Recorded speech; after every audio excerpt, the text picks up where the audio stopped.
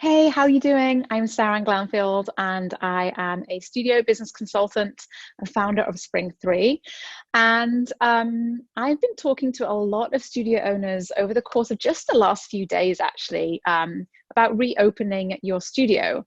And I've been talking to studios around the world, and especially in the US, people are starting to shift towards thinking about what reopening their studio might look like. And now I know for some of you, this will be extremely premature.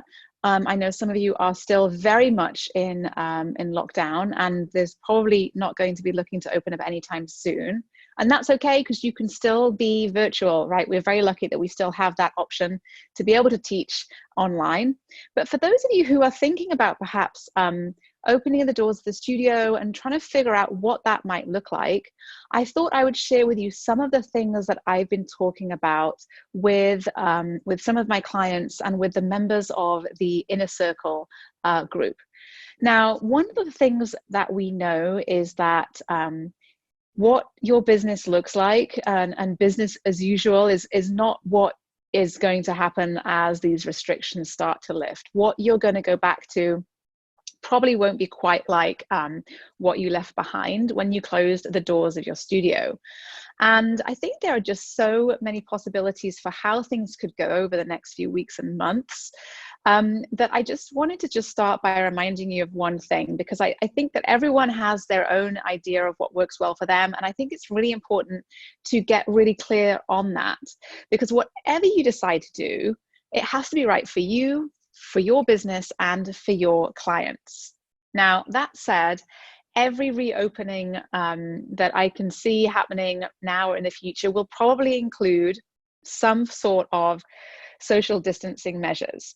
You probably won't be able to open up the doors of your studio and have everyone come back in and be business as usual, right? We know that we're still going to have some element of social distancing going forward.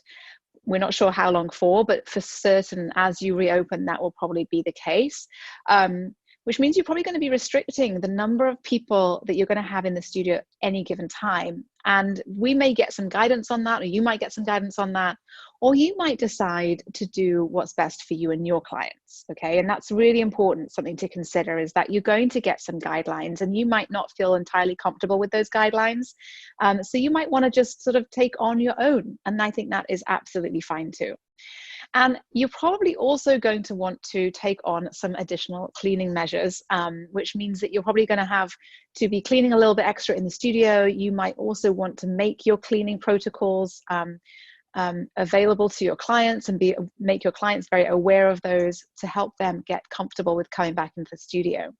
And there might also be some other changes to the way that you deliver your services. Like, you might not be able to be as physical with them. You might not be able to touch them in the same way as you would to cue them in that same way. So you might have to change some of those things, and you might not be able to have any group classes, that sort of thing. So there's definitely going to be some changes to the way that you run your business. Now, with all of this talk about opening, I'm still really encouraging everyone that I'm speaking to really continue to optimize the online and virtual sessions, because I do really feel as though that is likely to be a part of the way that your business operates for at least the next few months, and possibly even longer. Now, many of the studios that I'm talking to who have made this huge giant leap, as I'm sure so many of you have, in days, you've gone from being an in-person, in-studio service to being a totally online, totally virtual service. And a lot of your clients have gone with you, which has been wonderful. And so many people, I think, who've done all of that extra work really want to see that part of their business continue, even as they're allowed to open their studios, which I think is great. So I do think that making sure that you're taking the time to optimize your online classes, optimize the way that you deliver those classes, and marketing those classes and all of that good stuff, so that part of your business is pretty solid. You feel very comfortable with that that's going to be able to be continuing as you go back to the studio, I think is really, really important. Okay. Now, as you go back, I think, and as you consider reopening, the absolute number one priority for you is going to be your health and safety, and the health and safety of your clients. Okay. And there, I will bear in mind that your clients are going to be, they're going to want to know that you're taking every precaution possible to keep them safe and keep them healthy. Okay, so it's important that you, as you begin to open, you really do take the time to communicate very, very clearly with your clients about your reopening plan. So some things that you might want to just get yourself very familiar with is the set of guidelines from your city, the county, and state as it relates to your business, so that you are very aware of what you can be doing. But you also, like I said earlier, will want to take on perhaps some additional measures to keep yourself and your clients safe. So that will be a set of cleaning protocols perhaps, and some etiquette protocols for your clients and your team. And you can look to the CDC perhaps. They have a lot of resources on their site to help give you some guidance over what you can do on that front. But you're going to also want to put that all together in some sort of a document, because you want to be able to share that with your clients and with your team. It's going to be important to have everybody who's in the studio on board with this new way of working together and making sure that everyone stays healthy. And then as you're thinking about going online, after you've kind of gotten self-comfortable with those cleaning protocols, is to put together a schedule and think about how it's going to work logistically with getting people into the studio and checking in, checking out. You might want to make your clients actually buy all of their sessions online, so you're not taking that extra time to exchange credit cards and put all of that through the system. You might also want to shorten the class times to allow for extra time to clean, or you might want to shift the start times a little bit later to give you a little bit of that extra time to make sure the studio is clean and to make sure there aren't too many people coming and going at the same time. And that's not just for your safety and what you perhaps to keep you safe, but your clients will want to see that you're doing those things and taking those measures. Okay, so once you feel very comfortable with that, it's really important to communicate this with your clients. Okay, so one of the things I saw when we went into lockdown was a lot of people sending really long emails filled with text that were actually quite hard to read about what was going to happen, and all the different things that they needed to do, and especially, it was a lot of them was very technical with how to get logged on, and a lot of clients I know got lost in those emails and perhaps didn't quite follow through to the bottom where it got to this and said, click here to join our virtual class. We don't want to make those mistakes when we go back to the studio. So what I really encourage is to avoid sending one email stuffed with information. What you'll want to do is actually put together a series of emails which are filled with invitations for your clients to do one of two things.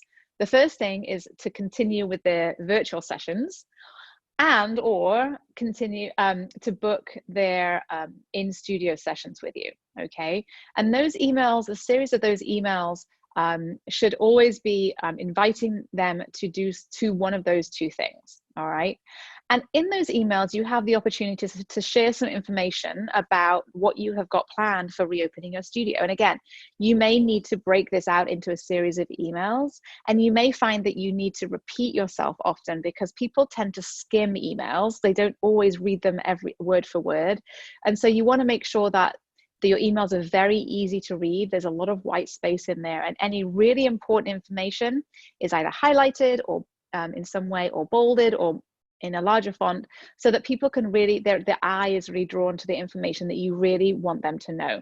Okay, so during the course of this series of emails, you'll want to be very open and upfront about what your clients can expect as they head back to the studio. So you want to share with them some of these things that we've just talked about. Like, you're going to want to share with them what you're going to be doing to keep the studio clean, to keep them safe and healthy. And you're also going to want to share with them what it is you're going to be expecting them to do. So for example, will you be perhaps asking them to wash their hands when they come in before they start taking a class?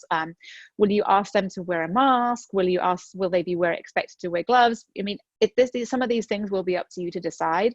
And then, are they going to be expected to clean their equipment before and after? Or, what do you have kind of planned for them? They're going to want to know that, so that when they show up, they can get right into their workout, which is what they're there to do and what it is that you want to give them to, right? The other thing is, you want to share what it is that your clients can expect from you. So Will you be maybe screening your team for any symptoms, perhaps taking their temperature on a regular basis, things like that? Will you be wearing a mask? Will you be wearing gloves? What do your clients expect the experience to be like, and what you'll be doing to make sure you're keeping them healthy and safe, and also going to be giving them a wonderful workout. And then perhaps just also talk about these other things that is going to impact the experience. So a lot of what they will be coming back to won't be the same as what they left. And so, tell them, are you going to have to shorten class times, or are you going to shift times around? And tell them, are they going to be in the studio at the same time as other people? These are all things they're going to be thinking about as they read through through your email. And your clients might have different levels of comfort.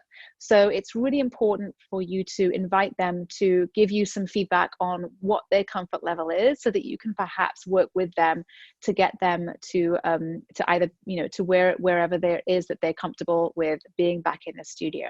Okay.